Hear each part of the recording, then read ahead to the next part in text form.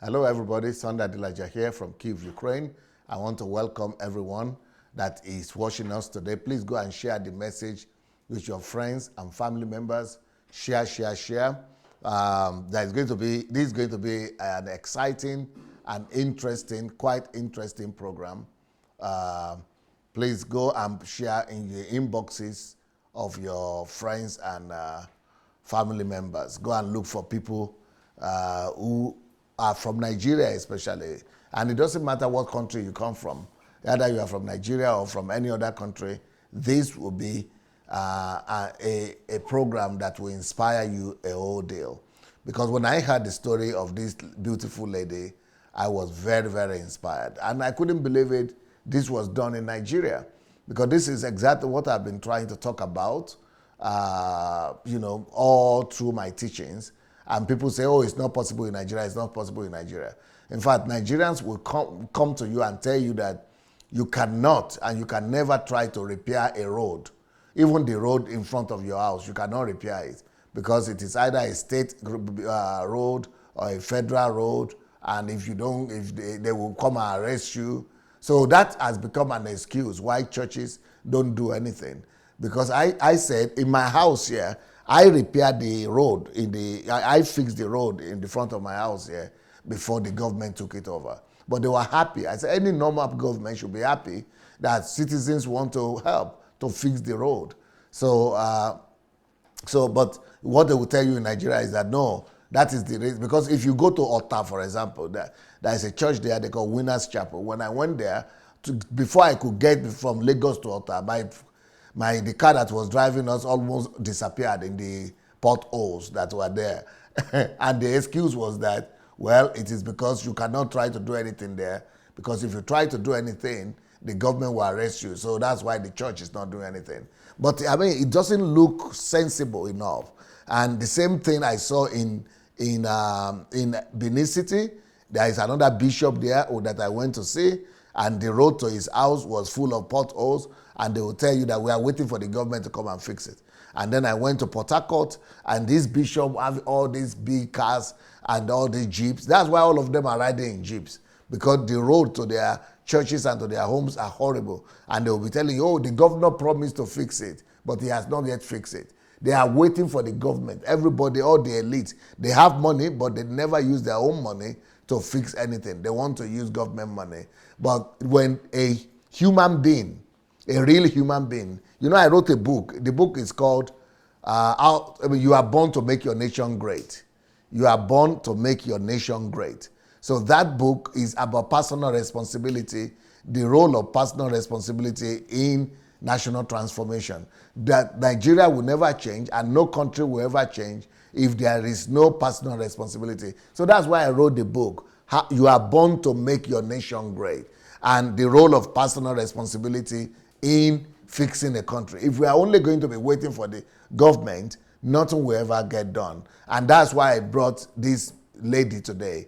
I couldn't believe her story. In fact, I'm still amazed up to now that she is a Nigerian. She was living in Nigeria when this happened. She didn't come from overseas to come and do it. She was not living in the diaspora. She was living there in Nigeria itself. And she had that kind of sense and that kind of consciousness. It's almost, incredible.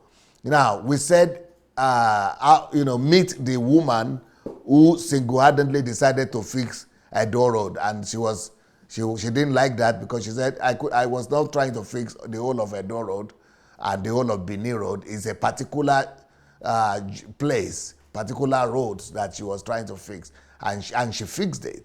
And she will tell us about that. So, but let us meet the lady first. Elizabeth Success. OLUBAJU. OLUBAJU. Yes. Okay. Hello, Elizabeth. Good evening, sir. Where were you? What planet were you born in? Planet of Owo in Ondo State. So why is it that not everybody in that Owo is like you, even in the whole of Nigeria? Well, we thank God. But I heard that the president of the nation recognized you and gave you national award for this. Yes. So you must be quite special. It was, in fact, I did the road, I think 2001, but it was in 2005 that a group of coppers over the years, the president wanted to recognize us. So somebody saw my name in the papers. I didn't even know. And then the person called me that on this date, the president wants to recognize the past coppers from, I think, 2001. So that's how I got lucky and I went and I got the handshake of the president. You got lucky. They won't have recognized you if you didn't do anything now. Oh, well, yeah, that's true. Tell us about this story. Is it Yeah. true that you were able to mobilize you are not a billionaire, you are not Dangote or his daughter? Is it did they say it's about, is it 11 kilometers of road or how much? 14 kilometers. 14 kilometers of road. You, Yeah. this woman. I don't think the whole of Owo would have had enough money to go and fix that road. Though. I think if you have the heart to do something and you really want to do it. Kilometers. Yes. Not one, not two. No, 14. And then you didn't do it in Owo, you went to do it in Edo. Yes. This your story. Make you start from the beginning. Okay, I was posted to serve in Ekenwa Road in. No, maybe you should start from where you were born. Oh, okay. I was born in Owo. That's in Owo local government area in Ondo State. That was 1974. To Mr. and Mrs. Ologon. And I went to primary school in government primary school in Owo. And I went to secondary school in Imade College, Owo. When I finished my secondary school, I went to university in, it was then Edo State University, but later changed to Ambrose Ali University. So after my BSc, I went to serve. Usually you wait until master's, but I just chose to serve after BSc in 1999, 2000. So I was posted again to Edo State, and I was like, oh my God, why will I school in Edo State and I'll be posted to Edo State? And then not knowing what God had in stock for me. So when I got to Benin, orientation camp in Abudu and all that, I was posted to the army barracks. So when I was posted to the army barracks, I was wondering what's going to happen. How long am I going to? Because when we were at the station, I mean, when we were going to take the transport to where we were going in the barrack, the buses, I don't observe. One thing I first observed was that the buses were old buses. I'm like, why are all these buses? There's no new bus. What's going on? At the end of the day, we got into the bus, and as we were going, I began to go into ditch, coming out, going in, coming out. I'm like, how long is it going to take us? A journey that should have taken maybe 20 minutes. We ended up staying almost an hour. So I was like, I wasn't really impressed. So, well, I got to the barrack with all the coppers, and we got to a point, they did say we should choose a project that we could do to affect the community positively. And we're thinking, everybody said, okay, let's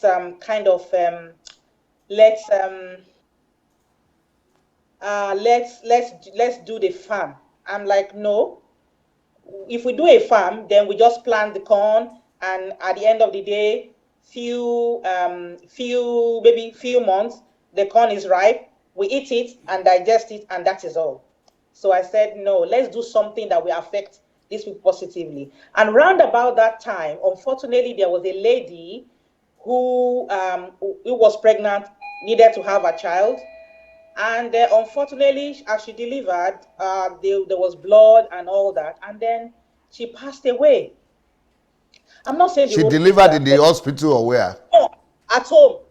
Because the place is really far from everybody. Yeah. What the, is the barrack? The barrack doesn't have hospital in that barrack. Can you give us the name of the barrack or the address? Ekenwa Army Barrack, 322 Artillery Regiment. Ekenwa Army Barracks. It's at the end of Ekenwa Road, between Ring Road, and Ekenwa. So, I mean, when they were trying to rush her to the hospital because she developed complications, she died. I'm not saying the road killed her, but I felt if she was able to get to the hospital on time, maybe they could have saved her. So that was actually what motivated me to say, no, we need to do something. And unfortunately, the story had been on that there are they've given the contracts, they've awarded the contract to some people before, some contractors, and then nobody did anything. They would just come, maybe grade it once and then leave. So because so many people they've been doing that over and over. So many contracts have been awarded. Yeah, the Oba then, Omonoba Nedo, he came to site to see me and he mentioned all that. That, they've awarded the contract to some people before, but they didn't do nothing. So they took money, ate money, but never did contract. That's it. They went away. So what happened was that there was a story behind the road. Actually, they said one Oba, before the Oba of the Oba I met there, they said there was an Oba that was I think he was kidnapped by the British people or something. Yes. And they took him through that road. Okay. So in anger, they said, according to them, I wasn't there, they said it caused the road, that anybody that repaired it would die. I don't know. But that was why the coppers were scared, that we are visitors here, we are strangers. Why will we risk our life to repair a road that they said one Oba had already cost? And for me, I was already a Christian, I was born again, and we just had 40 days fasting and all that in Gospel Faith Mission. I wasn't ready to give in to that joke. It's a joke as far as I'm concerned. I came to Edo State to prosper. I'm not going to die there. So I told them, okay, fine. If you're not going to do it with me as a joint, whatever, I'm going to join you to do the farm. I know how I can farm. I will join you to do the farm, plant the corn and all that. But I want to have a personal community development project. So I wrote to the NYC and they said, oh, are you sure? Can you do it? Blah, blah, blah, and all that. I don't know. God just helped, because if I tell you I know how I did it, I don't know. I just think all glory to God, because God just planted people in my steps to help. Because as an architect, I'm not an engineer to do the road. Okay. You studied engineering? No, I studied architecture. Okay. So it's about houses, not about roads. Yeah. So I kind of needed to work out my logistics, what I was going to do. I spoke to some engineers. I had an idea of what I needed, and I made up my mind I wasn't going to ask for money. Wow. Because when asking for money, then they will say, oh, this copper came, she wants to take our money, and then she's going to run away. So what I did was to plan the project, write down what I needed, and I asked them to be supplied. That time I didn't have a phone because the mobile phone just came out. So luckily, I met a lady in the government house, Andy. She introduced me to her boss, who introduced me to the TV houses. So I was able to go to ITV to tell people what I had in mind. And now I hope to achieve it. It was meant to be a 1 week program, but it ended up going on for weeks all through the project, because I had to come, to the TV house to say, this week I will be needing so number of bags of cement. I will be needing, laterite. I'll be needing so this and that. And I didn't ask. I don't want money. I just want the materials on site. And I needed people to volunteer to help me. So yeah, that was it. The project started, and I wrote letters to almost everybody using the road. What can you do to help? And then very close to the barrack was a building. It's called we call it the city. It's the Godhead Prayer Ministry, where I'm now a member, where I'm now like faithfully serving. So that was how I met them. And because they have a church along the road, today I've been praying along concerning that project. And when I turned up to them, it was an answer to prayer. So they were really helpful, getting me, they volunteered in so many ways in supporting the project. That's Apostle Mrs. Eunice Gordon Osagede. She's the visionaire for the Jesus Women Prayer Bar Ministry. So that's how I heard about them. I wrote to almost all the churches on the road. Some assisted, some didn't. Some individuals did.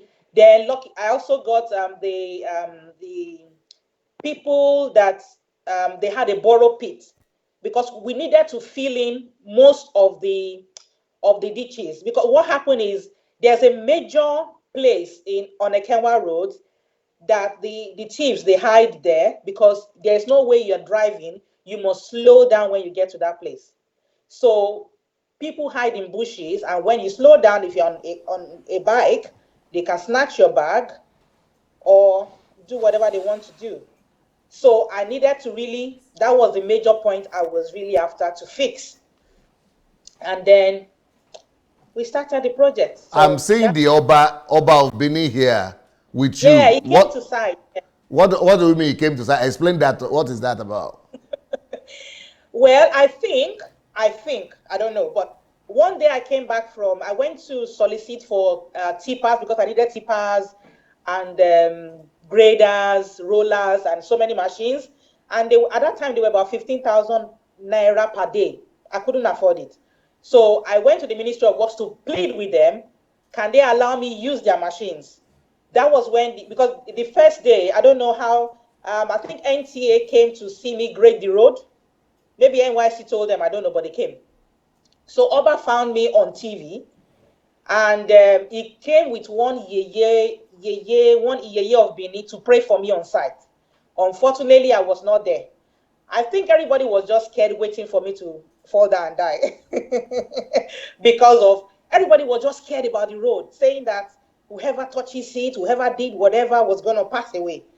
But so the Oba came to the road where he saw me the previous day on TV, but I wasn't there because I'd gone to solicit for the tippers. So when I got to the barrack, the soldiers told me right from the gate that Oba came. I said, so what? To see who? I don't know him. It's not possible he's coming to look for me.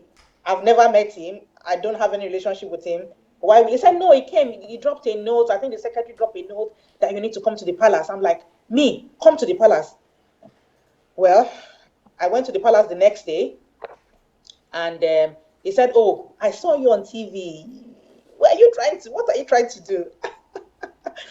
So I said, well, sir, I just thought, the lady that just passed away, I mean, if they've attended to her on time, maybe, or they were able to get her. So I just told him my reasons, and he said, okay. Then he called one of his chiefs to pray for me, and he supported us with some biscuits and I think 30,000 naira at that time. So we're grateful to him, and then yeah, we left. So I just had to I was on TV every week to say what I needed, and they would drop those things either in front of Ekewa Barak, and we take their names. They tell the gatemen and all that, and then we take their names, go on the TV houses the next week, read out the names of those who have supplied the materials and what we're going to do next. So that was how I was on ITV, Good Morning from Benin, every Sunday with Victor Imade, telling them about the progress of the project. And yeah, that was it. We went on, and it became very successful, more than I thought. So I give God glory. Apart from Oba, who are the other people that responded positively? I mean, I'm seeing tractors, I'm seeing Yeah, graders, bulldozers. yeah. At some, the Ministry of Works or so didn't want to assist initially. I can't remember how I got to meet. Somebody gave me a letter to Tony Aneni. It was the Minister for Works and Housing then. So when I was able to see Aneni gave me notes to RCC. And I think because he signs their contracts and all that. What is RCC? Reynolds Construction Company is a white people's company. They fix roads in Nigeria. Okay. Reynolds Construction Company, yeah. So it gave me note to RCC. So they gave me, I think, stone base and some granites from there. Then another company gave me the payloader, because payloader was really one hard material that one hard machine I couldn't get. But there was FK Construction Company. They were Lebanese companies. They were also in Benin, because I sent letters to so many places. So fortunately, those people gave me payloader. So the payloader is the one that takes the laterite that kind of loads the tippers. So the tippers, I went to the Tippers Association Benin. So some of them, the good ones were able to volunteer their tippers per day for me. So the payloader, anytime the payloader is on site, the tippers come and it's being loaded onto, and then they take it to the road for me. So that's how we arranged everything, so that once there's enough laterite on site, then I speak to the person in charge of the grader, and then they bring the grader. I think the grader was given to us by the commissioner for works then, because after I saw a nanny, everybody now started cooperating. Initially they weren't ready, but immediately I got a letter from a nanny. Everybody started, once I showed them the letter, they quickly give, oh, copper, take. So they were coming out. But for the men, for those, because for example, we had to dig the gutter, we had to do some real manual work, which I really participated in myself to show a good example. But some other persons I got on the project to help to dig, the Jesus women paid cash for them to. Who are these Jesus women? What is Jesus women? Um, Jesus women is. I see a woman in your video now praying and. Yeah, that one I don't know her before. I think she's just a road user. Yeah. So because I couldn't hear, she was speaking Benin and just saying Kemi, because I was popularly known as Copper Kemi then. So she was just praying. I was just praying Kemi, and then she was raising her hand and. They were coming to bless you. Yeah. So grateful. Yeah. She was really grateful, yes. So when you see people, even if you don't have money to give people, when you see people happy because of what you've done, I mean, it gives me joy. It gives me joy. But what is this Jesus, whatever you call it? Jesus Women Prayer Band Ministry. You said they gave you something. What about it? Yeah, in fact, not just one thing. That's because I wasn't their member. I didn't know about them. But because, okay, the woman, that's the visionaire that started it too, she also watched the program on TV. Meanwhile, I've gone there to drop letter for her. I've never met her, but I think the letter was not delivered. So fortunately, she was watching ITV Benin, and she saw me and she was like, what is this in about Ekewa Road? And then she listened she was just waiting for my details. When I announced I was in the Ekewa barracks, she sent some of the women to me in the barracks and said she wanted to see me. That was how I went to see her. And one of the first things she did was to bring me to fellowship. And everybody is scared about this, all these things about superstitions. Yeah. So they were really, because they do all these chain prayers and all. It's a very dynamic ministry. They prayed for me and they supported with cash. And I needed transportation to, go to and fro to see all these people I needed to see. She provided a car and a driver to make sure that wherever I want to go, I could easily go. So it was a great help that by the time I finished my service here, she's shown me so much love and affection that up to today, I'm a Jesus woman. I can't just stop being being part of the ministry. Yeah. Is the woman still alive? Yeah, she just even got an award in America this year. Wow, yeah. Jesus ministry.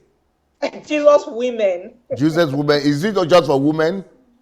No, we have the New Men in Christ. It's a family unit. The togetherness is Godhead Prayer Ministry. So Godhead Prayer Ministry has the Jesus Women. It has the New Men in Christ. It has the Youths of Excellence, and it has the Anointed Children of Jesus Women. So from the youths, when you have children, they train them up in the way of the Lord until they get to become youths. They become Youths of Excellence, and then they become either a Jesus woman or a new man in Christ. No, but there were so many churches you said you wrote to. Why is it that it's only this church you are talking about? Because they were the one that really, really helped.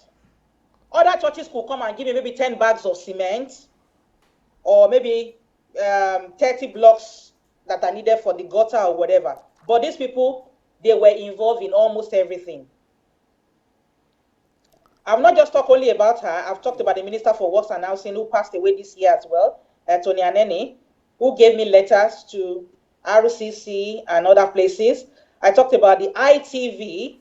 Victor Imade was on Good Morning Benin on Sundays. And because if not that they had helped me to hear the program. Many people will not hear. And they also put me on their radio program as well. They kind of, anytime I'm on radio, they kind of try to interpret it so that the local people could hear. Because it got to a point that it was really difficult. When I was trying to build a culvert across Asoro, there's a place called Asoro, the place I said is really dangerous. When I was trying to build the culvert, people didn't understand because that was the shortest way to get to a Kenwa barrack.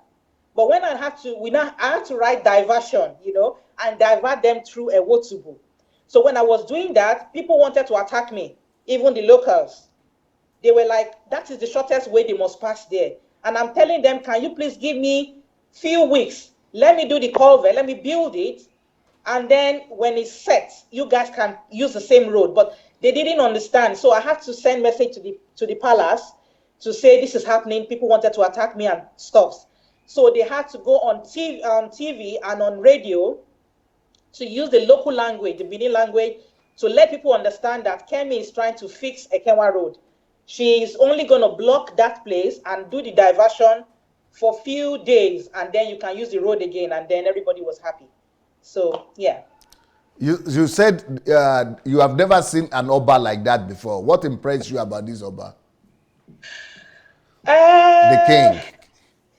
Yeah, because in my language they will say when you will see Oba means you're done for. When they say you you see Oba, so I wasn't thinking he was gonna be nice enough to come to the road to look for me. I just felt that he was very human. Yeah, because I can't even think of writing to him to come and see the project or support. But if he could leave his palace and drive all the way with his chiefs to come on the road to see who is this girl, I think he deserves credit. And he supported you to explain to the locals? Yes, what I was doing. Because I couldn't speak Benin language. They just see a copper wearing copper uniform, standing there with tractors. They can see, they appreciate, but they want to be able to get to Ekenwa Barrack the shortest route. And that was the shortest route. So... You are also impressed by some foreigners. You said the foreigners are, behave as if they are even more concerned than Nigerians. Yes. So who are these foreigners? FK Construction Company. I can't remember the name of the boss, but his company was FK Construction Company. So I can't remember how I stumbled on them. But, a lot of people saw me on TV, and then they gave me the payloader. Payloader, I think, was one of the most expensive. At that time, maybe like 30K a day. And he left it on site for me to use until I finished the project. So I think he deserves a big thank you as well. I don't know if they are still in business now, but yeah, they were good. Sister Elizabeth, yes, sir. It's a pity you are not seeing the program now, but when you go to see it, you will see that there is a book that is written. I just wrote the book 2 days ago. It just came out. It's called Kingdom of Sons. Wow. It is people like you that I'm talking about in that book. You are a son. You see, the difference between a child and a son is that a child is only saying, Mama, Mama, eat, eat, Mama, eat, Mama, eat. A child that is 1 or 2 years old will never come to mommy and say, Mommy, have you eaten this morning? Have you taken your breakfast? Is the bread done? Is the bed done? Will you go and rest? No, a child's concern is give, mama food. But a son will say, mommy, you've been working on it, go and rest. Go and say, let me go and get something for you. So that is what we lack in Nigerian churches. We are not raising up sons because only sons take responsibility to become deliverers and saviors. So you have qualified yourself to be a son of the kingdom by taking only sons take responsibility. Children don't take responsibilities, but you took responsibility for the problem that you see where you are, and when in Nigerian churches, it has gone so bad that not just members are not taking responsibility for their community and for their nations, But even right now, they don't take responsibility for themselves. So they want to travel, must go to pastor to pray for them. They want to give birth, they must go to pastor to ask if it is right time to give birth or not. They will not. So it is because of the teachings that they are being given, they are being Yes. reduced to dependence. They must go and sow money to do this. They must go and sow money to pastor, but they will never sow that money to feed the orphan down the road. So, but you have proved yourself to be, in fact, what you have done. All big GOs in Nigeria who have more money than yourself, they have more money to fix that kind of road. They will not fix it. But you, a girl, young girl, a copper, you did what a whole ministry, denomination will not do. Because the elite in Nigeria always want to eat from the cake, from the national cake. And the elite always point to the government that they are the ones to take responsibility and fix. They will never use their own money to do it. So where are you coming from? What's your story? Where is that altruism coming from? The empathy. Where are these qualities coming from? Who put them in you? Well, I think it's just because I gave my life to Christ at the age of 12. So Sorry? I said I gave my life to Christ at the age of 12. So I grew up, with the scripture union then. Oh, So, you are one of the yeah. original Christians. So I mean, if you are, they call us SU there. If you Yes. are SU, you just have to show the love. I mean, then at some point I joined the Gospel Faith Mission. It was just, I think that church also is just love, because Yes. they, in fact, when they were trying to follow me up, I remember one day the pastor came, and on a Sunday, they will still come and say, "Sister, are you ready to go to church?" and things like that. So I grew up, and my family too. We love each other. So I really hate to see people not being loved, or not getting what they want, or suffering. I never really liked it, because in my family we care for each other, we love each other. So when I see somebody not getting what they deserve, I when I heard, I didn't know the lady that died in the barrack, but when I heard she died bleeding, and they were rushing her to the hospital, I just couldn't. It was like, this is my sister. I just couldn't take it.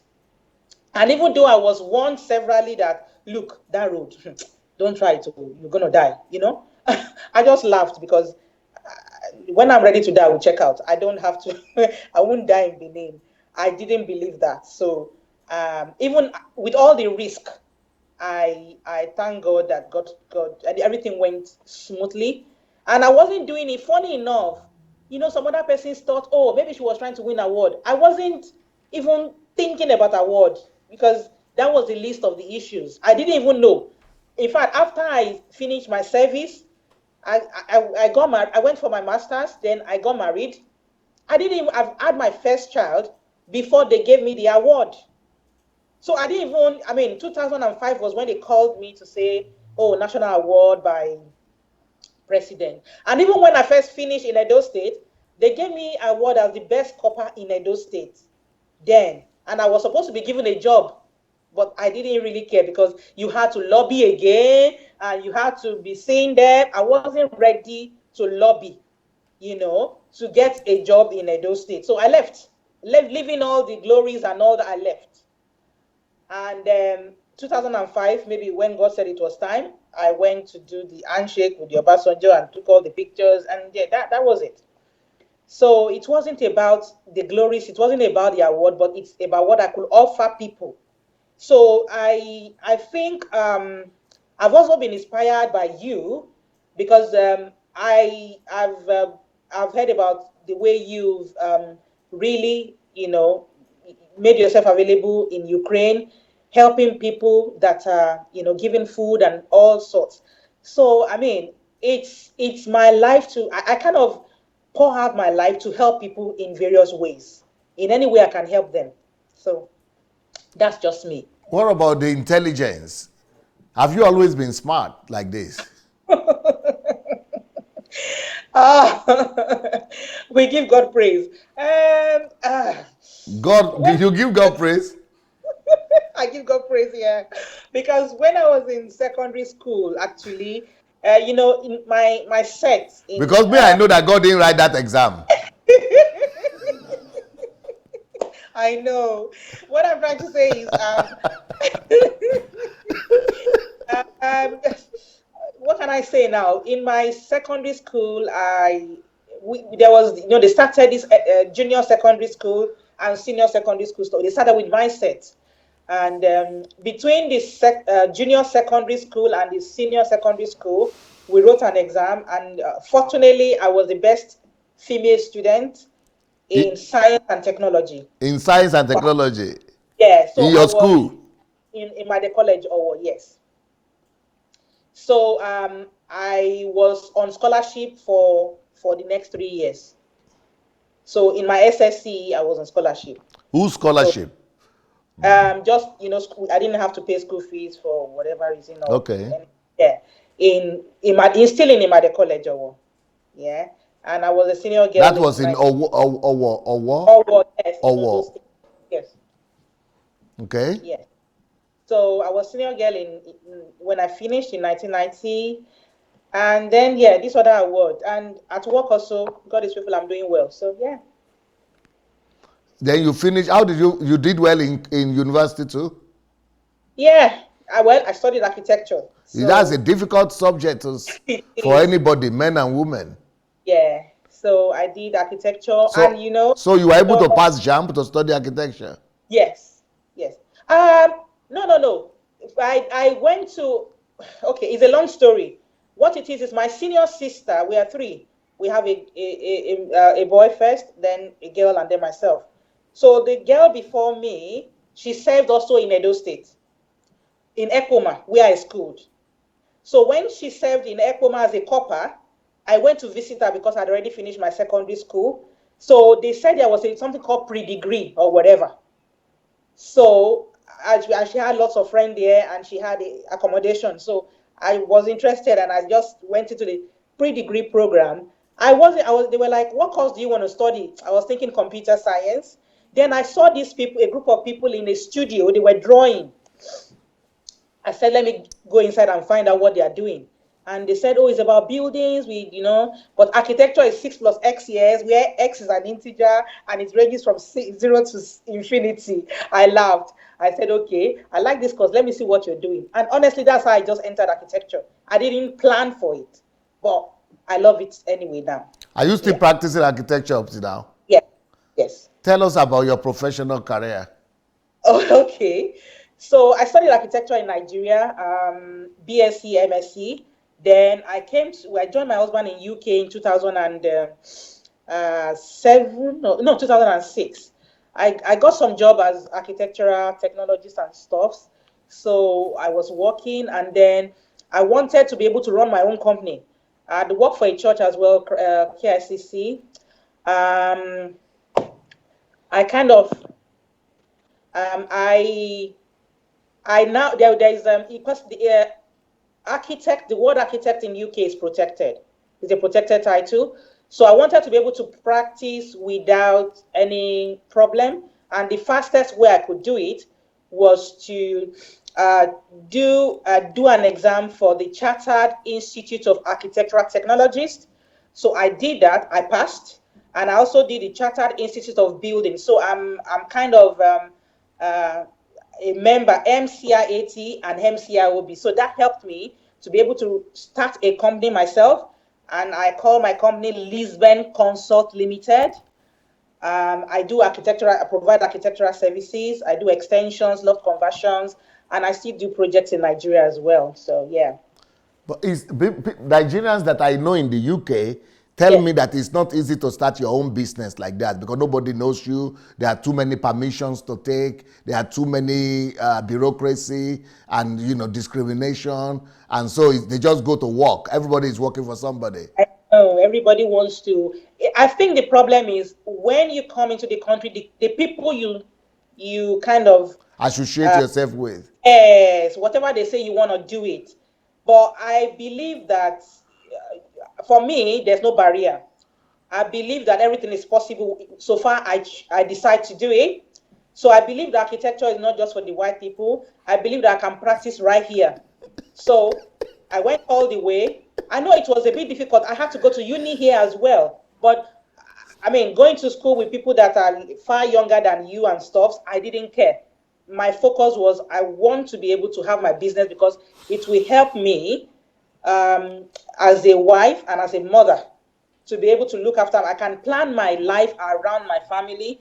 I can, for example, like if I want to survey a building now, if it's not convenient for me, I can call and say, please, can we move it to Monday? I can move things around so that I can look after my family because my family is important to me. My kids are important to me. Yeah, So I but said, people say that you could have your own business, but you never make money. You will never be successful. You cannot compete with the no, I don't believe locals. you can compete. You can't compete except you don't want to. You can Okay, if you compete. say you can compete, do you want to tell me that you are successful as an I am architect in the I UK? like I said to you, architecture in the UK is a protected title. No, whatever it is called, I don't care. Whatever you are Yes, doing of course, as a I, personal business, are you successful in UK? I am successful. I You am successful. you are getting jobs. Yes, I do get jobs. You know what? You need to know where to go to get jobs. That's the thing. Because well, if I must tell you, I registered on some websites where, I mean, and I kind of, places that are local to me, when somebody put in an inquiry, yeah, to say they want to do an extension, then I get the lead to say somebody like this, and I phone up. So right from my house, I can phone them up to say, oh, I've just seen your request come through. What can I do for you? So you just need, I think information is the problem in this country. Information, you need to know what you can do Well, and where you can let me tell information. you something else apart from information from people I've been talking to. People Okay. say you will not know where to go, what door to open, because there are too many people that are doing the same thing that are already there over the years. You know, I their know. father did it, their mother did it. You know, they have been in the market for so long. So who are you, this African? You don't know anything. Then you want to break through. I know there is yeah, sometimes it's kind of how do I say it now? Racial thing, maybe. But like my pastor says, she says, who tells you I'm black? I'm not black. Yes.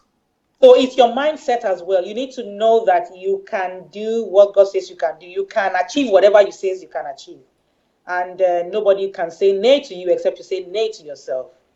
So you keep on trying and don't stay under. I know few friends have advised since they came from Nigeria who studied architecture together. Immediately, you know, if you cannot get into RIBA, which is the big one, then you at least you do the CIAT where you can still practice and register your company. Some people don't have that information. So most of my friends coming in, I tell them, come on, quickly go to CIAT, register. I sign them up, you know, encourage them to do the exam. And they are practicing today. It Yes, may not be the big top job. I also know a few Africans who have their own business in England, Mm, but they only have business for their own people, for black people. Either they are selling amala and ebule, yeah, or they are selling gari and yam, or they are lawyers who just do immigration law for their own people.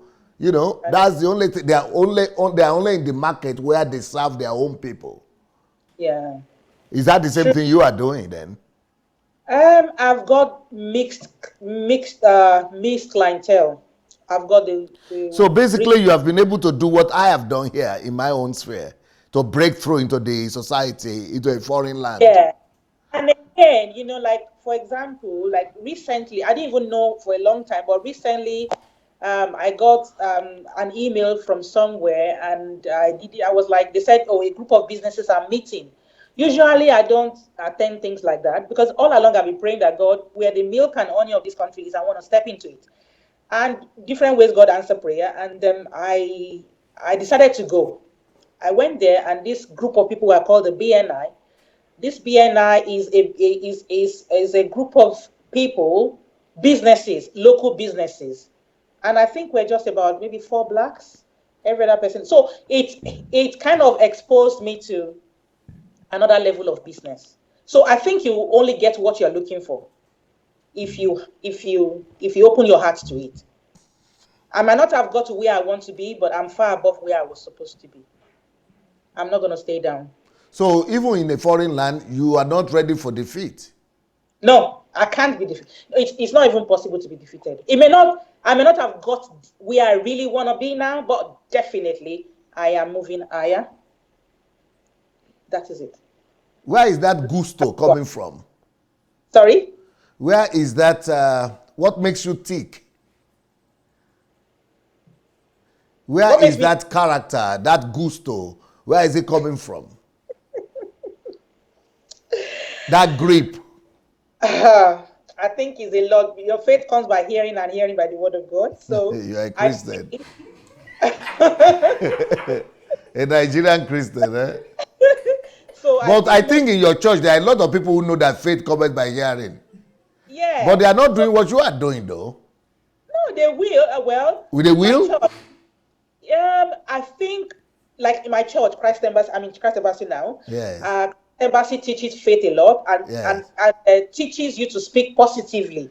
So I think I like. Okay. Positive confession. Yeah. So okay. we don't even when you're feeling sick, you don't want to say you're sick. So I think. But no, Elizabeth, you are smarter than that. I know. But that is what they are teaching. Yeah. Okay. So I'm saying that it's good to be positive. When you get to a place and it's so negative and you can see that people are failing, there was, so many things that were supposed to make me shut down when I was in Benin. But it was the fun of my life. I enjoyed every bit of it because I had a positive attitude. And even when everybody was like, oh, God, maybe she's going to die before she leaves NYC, I knew I wouldn't die there. No, I'm sure you are not in Christ Embassy when you are in Benin. No, then I was in Gospel Faith Mission. No, I was in Christ Embassy then. Yeah. So, but are you sure after this, my program with you, Christ Embassy will not chase you away? Why? Because you came to Dr. DSA's platforms, Dr. Sunday Adelaja's platform. Why? No, because I criticize your pastor. Oh. And I criticize other pastors in Nigeria. Well, because I don't want them to be taking people's money the way they are taking everybody's money like that. I call it exploitation. And I don't want them to be making people just working for Uncle Sam of Pastor Chris, but to work for their own family, for their own good, for the good of the poor people around them. And so because of that, they know that I criticize them. So I wonder what the response will be after you have visited here.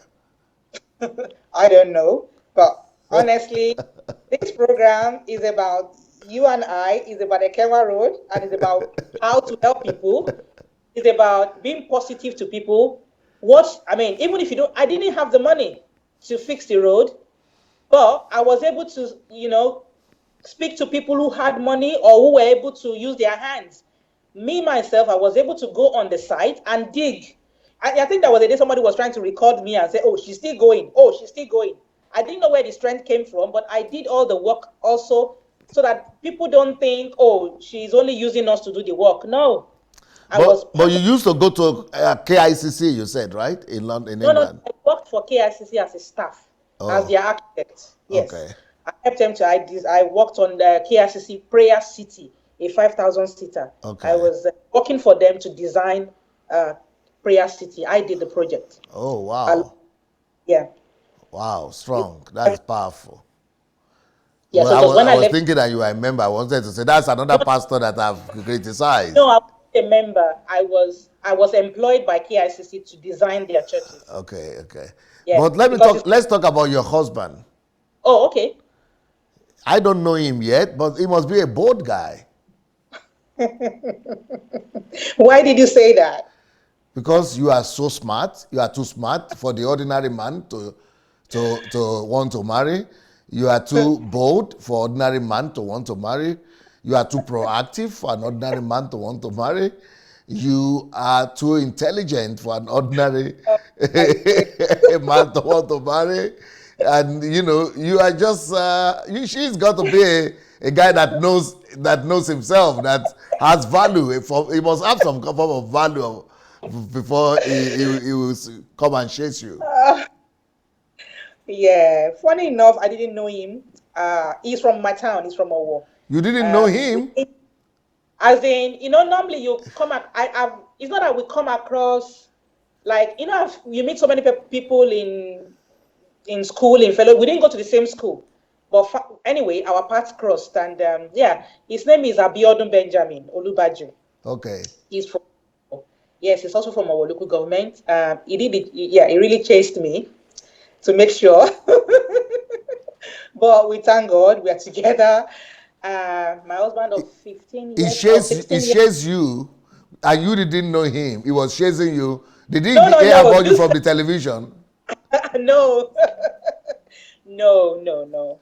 Um, um, when you said I was intelligent, blah blah blah, that it will take him whatever to be able to speak to me. I know a lot of people try to be distant because I don't know what they think, but anyway, long story short, my husband is a very bold person, and he walked up to me, yeah, and I at that time there were. They didn't know of your reputation. They didn't know of your reputation. I think somebody told him. I think somebody told him about me, but well, a lot of I had a lot of proposals at that time from fellowship, from church, and I didn't like this issue of God told me to marry you. I didn't like it because God cannot tell about 9 brothers that you get the point. God cannot be telling them to marry just one person. I mean, it's not called And for. then God is not telling you. No, exactly. If God has spoken to you, then He should tell me that it's you. But I had a lot of proposals, but I wasn't interested in people faking things. I think my husband was just being natural, and I like it that way. And yeah, I prayed about it. I'm okay. He's okay. Yeah.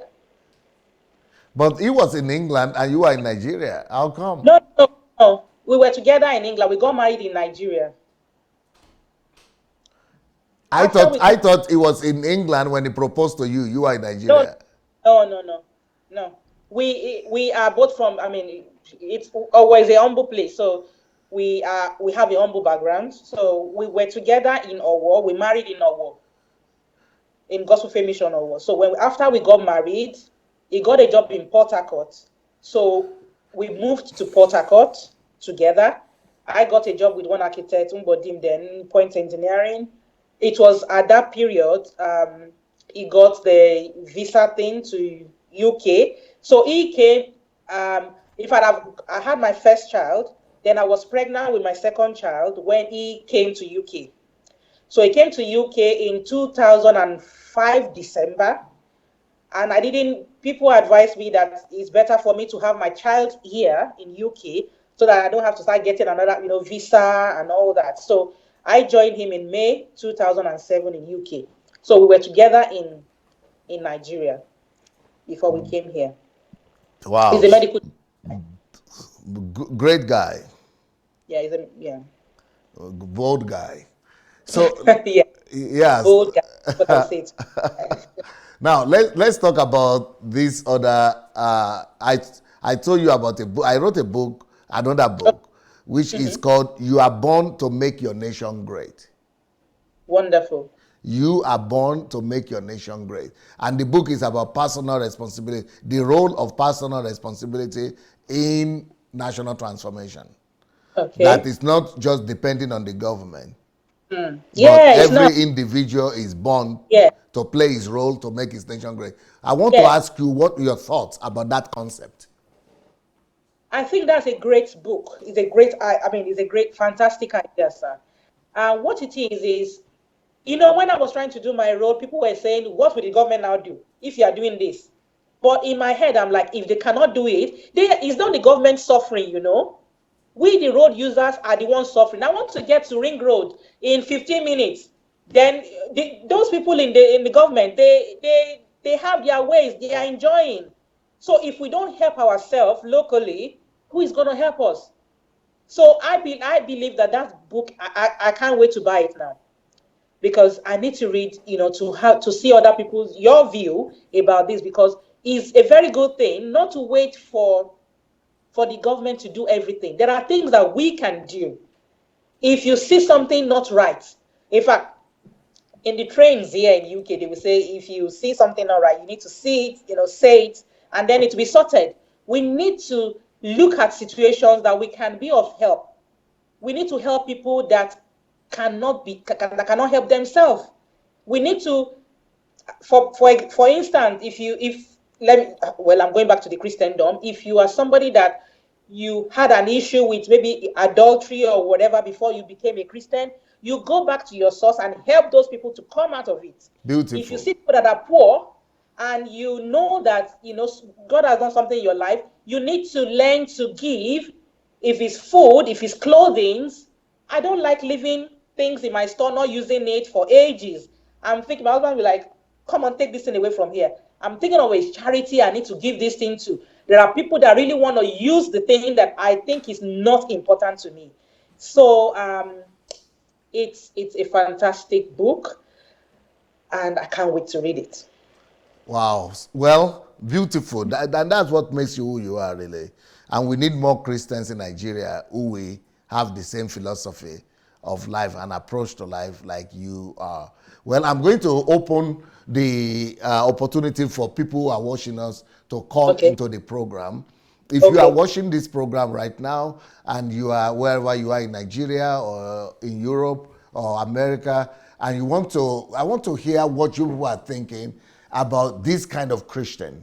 This lady, this is the kind of Christian that I believe, the kind of Christianity that I believe in. And this is the kind of Christians that I want us to have in Nigeria. Not the ones that are going to sow seed for a road to be fixed. Not the ones that are going to give offerings so that God will send angels to come and fix the road. No, no. The people that will take responsibility, personal responsibility, and not the ones that will sow offering that pastor should pray that God should help fix the road. No, no. Those are not the kind of Christians we want to see in Nigeria. This lady here, Elizabeth Success, is the kind of Christian that I think we don't have, we lack in Nigeria. We don't have enough of them. And we need people like this. So if you want to call into this program, please go to Facebook Messenger. When you get to Facebook Messenger, look for Move Agents. One word, Move Agents. Move Agents. So when you get Move Agents, just drop us a line. Just write a note and say, I want to call or can I call? And we will call you back. It's Move Agents, one word, Move Agents. Now, let me tell you, Elizabeth Success, you remind me of another Nigerian lady that was my hero for 2018. Her name is BC Oshundeko. She has so many parts to her. She's living in the UK as well. And I've done 2 or 3 programs with her. If you have time, you can search for her name on YouTube, BC Oshundeko video. You will hear the reason why she became my hero. But first you remind me of her because she came to England also and her husband, and she became a history maker in UK. But what most of our people don't know is that this lady, I was interviewing her for other reasons, for other feats that she had achieved. But recently, this year now, that BC Oshundeko has been elected as a councillor in the UK. And she has been elected as a councillor in an area, in a borough, where she's the first black human being to attain that kind of feat. Only white people, since the inception of election in UK, only white people have been elected in that place. This woman, sorry? Your mind. I said it's the mindset. A lot of people, once they hear negative things, they just, oh, black people can't make it. Oh, black people can't be this. Oh, you cannot. But have you tried? Have you tried? If you cannot do anything, have you tried? Okay, what are people that are making it are being successful? What have they done to change their story? Okay, does it require you going to uni to try and learn more and know more about things to do here? When I went to uni here, people were like, oh my God, how can you? But you've done what else here? But and today now I'm smiling. So we have a caller. Just a minute, Elizabeth. I think we have a caller here, Namia. All right. I think we have a caller. Just a minute. Let's All right. see who the caller is. Hello. Hello, good evening. Do we have a caller there? Hello, good evening, Dr. Sunday. Good evening, sir. Who is calling from where? Please, my name is Pastor Ernest calling from Ghana. Pastor Ernest. Yes, I remember you. How are you today? I'm good, sir. Yourself? Doing fine. I'm really very elated today because of this lady that I'm talking to here. Exactly. The same feelings here, sir. I'm so excited. I'm so much excited. I'm again speechless because when I see things like this done by my fellow Africans, I get excited and I feel like that's what we are supposed to do. This is what Christianity is. The Christianity that DSA, we are trying to go to a certain heaven that has not been there before. Whilst we are here, whilst we are supposed to build a thing here, while we are supposed to build a new Jerusalem here. So DSA, it's because of the gospel we've heard all this while. So I'm excited about the woman that she took the initiative to be able to do a road. I mean, like you said, many churches and many big institutional churches won't do anything like that. And I'm excited about it. And I thank you that you brought her on to inspire all of us. And I feel that DSA, we should be able to build our nation first. Because when you study the Bible, you realize that David, Joseph, Daniel, they always spoke about their nation, Israel. It was always about their nation. Yes. So I feel that we should be able to build our nation. To look at Nehemiah, he builds the walls of his nation. So I really bless God for the woman's life. I'm so much excited. And I feel that everybody should take a cue from this and begin to build their society and community. And we as believers should let our believing in this, our Jesus, affect society. Yes. We have more poor people in the society at the expense of the prosperity of the church and a few people in the church. But rather, our Christianity should affect society. Yes. And I'm so much excited about the title of your book. You are born to make your nation great. Yes. I have to get that book, and I'm preparing to get most of your books because they are just wonderful books, and I'm so much inspired. And we also be doing things for our communities and for our nation and for this continent. God bless you, DSA. I'm so much excited. Please go and become Dr. Sunday Adelaja in Ghana. Dr. Sunday, I'm telling you, you have so much inspired me. If you make me cry sometimes, I watch. I say no. This is what I'm supposed to be, and I want to change Ghana. I want to change Africa. I'm watching documentaries on DR Congo, and I'm crying, and I'm like, who will go and do anything in DR Congo? Because they are suffering, and they are our own brothers, and we should be able to change this continent. And so I'm here, want to change my society. Other fellow neighbors, other countries, I have to change it for God and let them see the Jesus in me. So thank you so much. I'm impressed, sir, and I'm blessed, sir. I'm very proud of you, Ernest. Thank you so much. Wow. Yep. So Elizabeth, trouble don't begin, because now somebody is going to start the revolution that you have inspired in Ghana. Then they take your fire to Ghana. We need it all over Africa. We need it all over Africa. Well, anybody that wants to call into this program, please go to Facebook Messenger. And when you get to Facebook Messenger, look for Move Agents. And in Move Agents, you could write to us and drop a note and say, I want to call or I want to contribute. How old are your children, if you don't mind, madam? No, that's fine. I've got Jedediah is 15. Yeah, 15.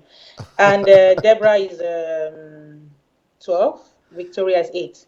No, they are grown enough. They are grown up enough to understand what you have done. Yeah. Are they aware of it? My son is. Yeah. What is their attitude? What is their feeling about it? What was their response? I think one day, why I even put it on Facebook initially was, I think one day I was playing, I just saw the video because I was playing it and my son saw it. I said, Mom, who is that? I said, that's me. And he was like, what? And he was so excited. I'm like, oh, because I didn't take it as anything, really important. So when he screamed, in fact, on my Facebook page, I said, oh, my son screamed at this video and I thought to share. That was why I shared. So my baby saw the video here now recently, and she's been asking me, what's that? I didn't say anything to her. So this evening I said, oh, I'm going to have an interview. Said about what? I said, oh, it's that video you saw. And he said, okay. So I've not shown her. I'm going to show her later today. So your son, what does your son think of what you did? Yeah, really happy about it, and he felt it incredible. Yeah. So she, first of all, did you want? Why he would be wondering? Were you working as a road engineer or what? Yeah, because the details of the what NYC to me, I think they didn't believe. We have a caller. Just a minute. We have a caller. Hello. Hello, Dr. Sunday. Good evening, sir. Yes, ma. Who is calling, please? It's your Vanessa from Liverpool, sir. Vanessa. Yes, sir. From England. Yes, Liverpool. Are you are going to? I have another Vanessa here. Oh.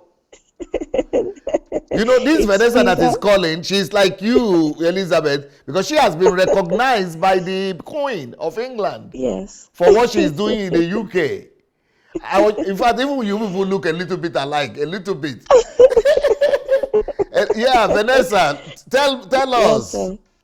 Yes, sir. Just felt that I'll call in this evening to commend my sister on what she has done, and also comment on what she's about to do here.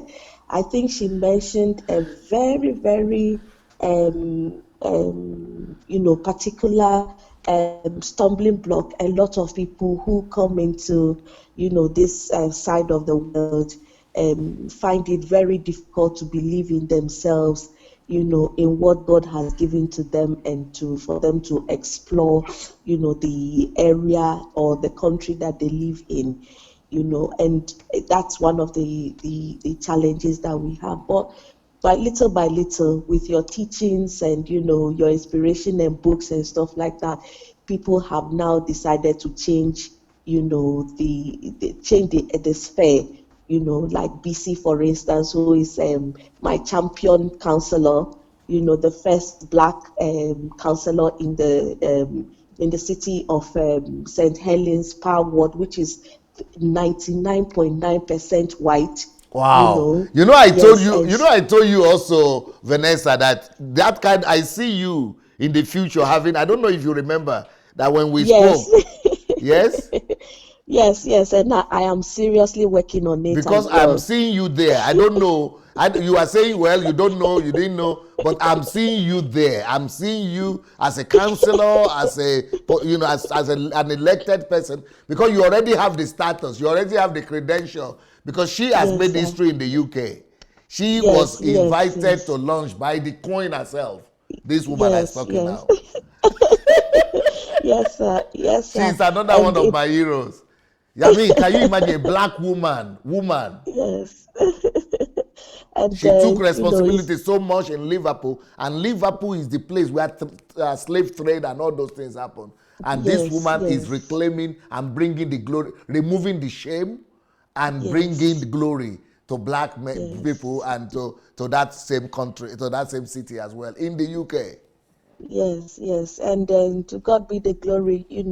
We also bring in through my, through the inspiration, and things that I do within the Commonwealth. We're also bringing what we call the year of return, for people who have been enslaved, from the Caribbean and African back to where, they were being sold into the city. And this is taking place in 2 weeks' time. And so we're doing a lot of things. And this is to encourage people out there that don't sit in the four walls of church and think that God from heaven will come down and solve the problems that you need. You need to be on ground and take absolute control of where you are and be the light. You know, like Dr. Sunday, when you said, I think was it yesterday or 2 days ago, when you were having that discussion with Brother Ben, when Yes. you said, you know, you are a God carrier. Yes. You know, you are a carrier of light. You are a Yes. kingdom imposer. Yes. That is my slogan for the remaining part of the year. I am a God carrier. I'm a carrier of light, and I'm a kingdom imposer. Go And for that should it, be my our girl. Go for it. Go for it, girl. Go yeah. for it, girl. You see? I told you guys. Sister Elizabeth, Sister Elizabeth, welcome to the company. Welcome to the kingdom. To the Welcome, company of welcome. Kingdom Carrier Women. Yes, and God carrier and carriers of light. Yes, we are carriers of light. And Dr. Sunday, thank you very much. And I wish to wish you a happy birthday, although it's a belated one. But just wish that God will continue to uphold you, continue to uplift you, and continue to show light, give us light, and open people's eyes to become who they are in God. Thank you very much and have a happy weekend. And hopefully, we hope that today Liverpool will do us proud. I am so happy that you called Vanessa. Yes, sir. Vanessa, Yes, you sir. are the best. Thank you so much. Yes, sir. You're welcome, sir. You see, Have a good day, everybody. thank you so much.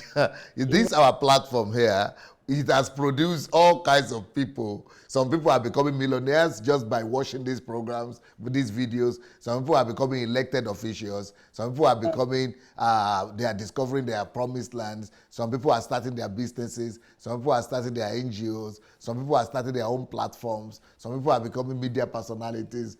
A lot of things are just happening by being exposed to the truth. When people get to listen enough, they begin to just change the world around them. That's why I'm very impressed with the guest that I have today, Elizabeth Success, because she didn't even know me, and she was back in Nigeria, and she was already living like this. And then she came to the UK. She didn't allow herself to be drowned, because a lot of people are drowned by all the realities of the problems and the challenges that are in that country. So if anybody else wants to call, the way to call is to go to Facebook Messenger, look for Move Agents, one word, Move Agents, and then you drop us a line and just send us SMS that you want to call. And so let's go back to Elizabeth Success. Okay, sir. In that video, they were always referring to you as Kemi. Yo, yeah. Is it Ologo? Yeah. My father's name is Ologon. Yeah. Of course, when I was doing the NYC, I wasn't married, so I was called Kopakemi. So Kopakemi Ologon. My father's name was Ologon. Is Ologon. So my first name actually is Oluwakemi. I think I don't know what happened along the line. My baptismal name is Elizabeth. Oh. So it was when I came to UK, they started calling me Elizabeth, actually. I remember the day I registered with an agency and they called my husband's phone and they said, can we speak to Elizabeth? And he said, oh, wrong number. I'm like, what? Because my husband is not even used to the name Elizabeth. But eventually at work, everywhere now, Elizabeth is the most respected name in the UK now. Yes. Because of their queen. Yeah, it was recently last year that I also added another name. So yeah, that's why they were calling me Kemi in the video. Yeah. So you don't want to tell us the story of the other name? Or not here, not so publicly. Not here, yeah. But I changed my sometime last year to Success. So, but I didn't change it. All official document remain the same, remains valid. But my friends, the church, everybody calls me Sister Success. But yeah, Elizabeth Success. But you're already successful now. Of course, I am. But I like to hear it again and again. Yeah, you have the right mindset. Yeah, I just want to keep, they will say when you keep calling something, Yes, you are establishing it. Yeah, so I just wanted to keep hearing that. I'm not going to. I hope it's not Christ Embassy that brainwash you. No, they don't brainwash. Actually, I know you have your own kind of whatever about them. Bias Yeah, but but honestly, I think to an extent, because we joined recently, I think that was I'm just like a year in that now. church, in Christ Yeah, Embassy. yeah, but I've seen a lot of positive things in the youth as well because they have a lot of great music, and I think it was most of those music are true pastors' messages. When they listen to something about, from pastor, they develop songs. I love music, so I think they are doing great in that area as well. And there are so many youth empowerment they are doing as well. They do a lot of awards to encourage the youth to maybe to do stuffs as in help their community as well. So anyway, let's leave all that. But yeah, they are doing great things. That's good. Just don't let them take your money. No. All right. So, what do you still go to Nigeria? I go if I have to, but I think up to like 3 years now I've not been. It was when my father-in-law died, I went. My mom, my parents sometimes do come, so yeah, I will go if I have to go, and if there's something I have to do, yeah. What about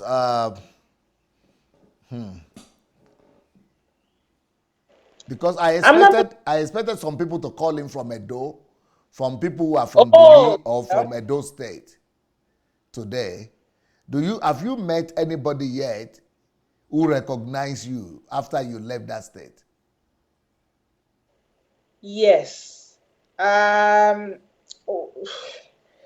anyway, one interesting story was the first one I'll tell you is after I got married, the Jesus women, they offered us, I think, somewhere for just to stay with them for some time in a very good location in Benin.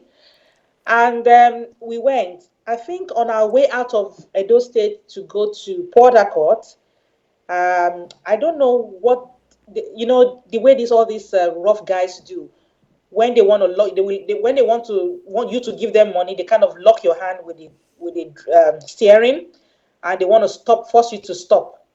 So somebody came and did that to my husband's, as he was driving, and it was very close to the palace.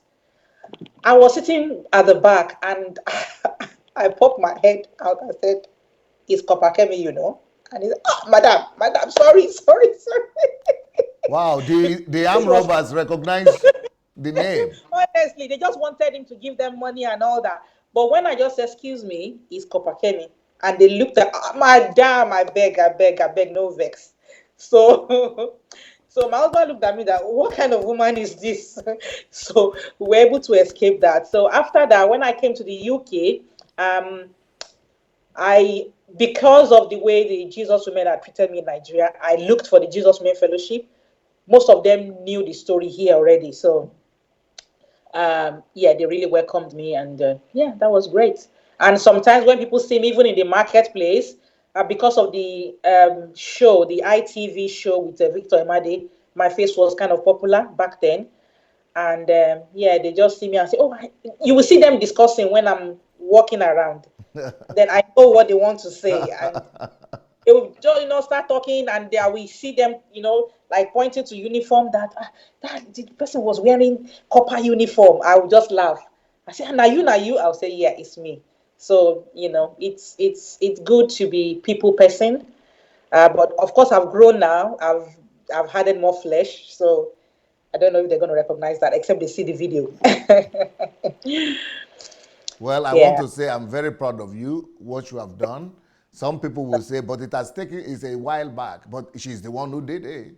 And she's yeah, still alive now. And then yeah. other people who are not a while back, they are not doing anything similar. So, and that's why I want to recognize and commend your creativity, your innovation, your boldness, your courage, Thank you, sir. your genuity and ingenuity, Thank and you. your sense of responsibility, and the fact that you're a real Christ-like Christian. Thank you. And keep it up. I'm sure the UK will still hear about you. Yeah, Amen. And nice to be with you today. Help me greet your husband and your kids. I will, sir. Thank you so much. All Thank right. you. I will let you go now. I will just make a few announcements and then that will be the end of it today. All right. So thank you So, so much, everybody. That is it with my guest today, Elizabeth Francis. She is a sign and a wonder. That girl, you look out for her. The world is waiting for her to shine, especially the UK will soon hear plenty about that girl. Well, just for the people who are watching us still, I want to say that will be the end of the program. But you see this book that is here, You Are Born to Make Your Nation Great. That is the whole essence of this testimony. And that's what this whole book is talking about. That, we are all here to make our nations great. And we don't have to be rich, we don't have to be well connected, we don't have to be anything extraordinary. We should just have to be normal human beings and normal Christians to take responsibility for anything that is wrong in our environment. There are some other books. The next book I just wrote is Kingdom of Sons. Wow, that book will make you cry, weep, laugh, smile, and it's just on pre-order right now on Amazon. It's on pre-order. You can get it for $3 something on Kindle. So if you read Kindle, go look for it on Amazon. It's my latest book. And the one before that is called Money, Riches, and Wealth. Money, Riches, and Wealth. So you can also get that one on Amazon already. But this is the latest one, Kingdom of Sons. So that's it for today. And I hope to see you people tomorrow in another program. Thank you so much. Peace.